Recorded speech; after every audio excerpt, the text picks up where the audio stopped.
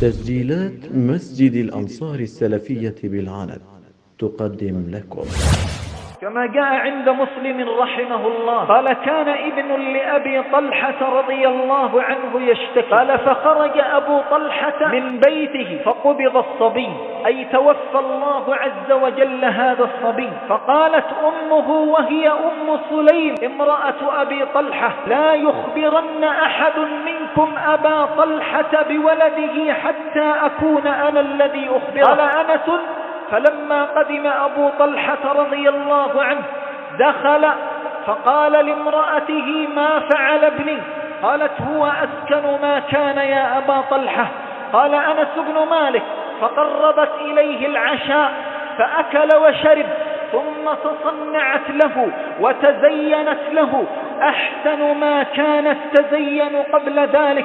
قال: فلما أكل وشرب ولما رأى ما بها من زينة وقع بها فلما رأت أنه قد شبع وأصاب منها قالت: يا أبا طلحة، أرأيت لو أن قوما أعاروا عاريتهم أهل بيت ثم طلبوا عاريتهم ألهم أن يمنعوهم؟ قال: لا. قالت: احتسب ابنك يا أبا طلحة. قال: فغضب أبو طلحة فقال لامرأته: تركتني حتى إذا تلطخت أخبرتني بابني، والتلطخ كناية عن التلطخ من الجماع ومعاشرة الأهل. قال: فخرج غاضبا حتى أتى النبي عليه الصلاة والسلام فأخبره بما كان، فقال عليه الصلاة والسلام: أعرستم الليلة يا أبا طلحة؟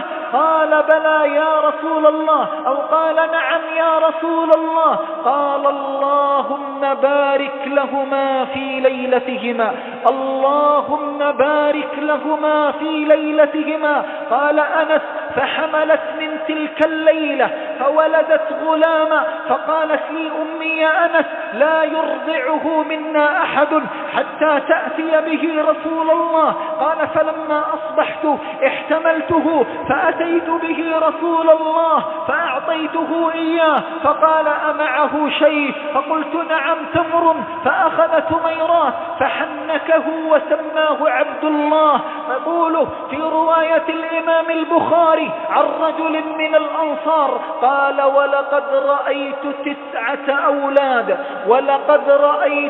9 أولاد كلهم قد قرأوا القرآن، يعني من أولاد ذلكم المولود الذي عوضه الله أبا طلحة وسماه عبد الله. انظروا يا عباد الله إلى الثمار اليانعة التي يجعلها الله للصابرين على ظهر هذه الحياة، فضلا عما يدخره لهم إلى ذلكم اليوم الذي لا ينفع فيه مال ولا